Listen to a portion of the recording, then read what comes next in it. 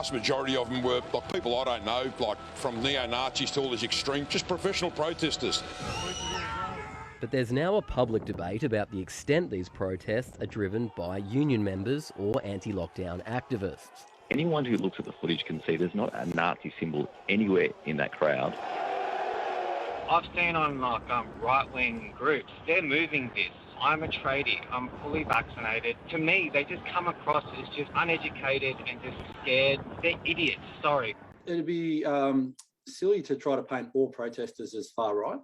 There are obviously people out there in the community who are upset about this, who may be attempting to express their views through protest, whether or not that's right or wrong, particularly in lockdown. Wow. Police cars were attacked in the city. Shit at the coppers, look at that. Then in the afternoon, protesters surprised police by leaving the city and storming one of Melbourne's busiest roads, blocking traffic for hours on the Westgate Freeway. I would say there would be a very small percentage of union members out there today. There are 300,000 construction workers just in Victoria. That is such a small percentage of that industry.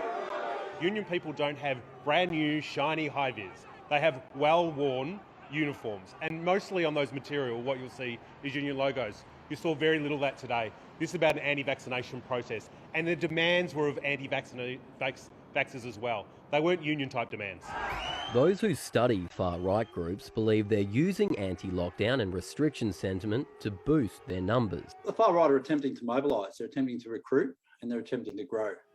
There's been an historical animosity directed towards trade unions by the far right throughout history.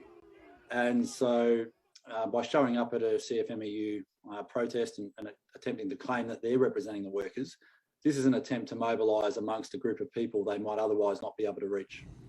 Researcher Joshua Roos says the longer lockdowns go on, the more these groups are likely to grow. COVID, if anything, has acted to break down, I suppose, bonds of trust with government.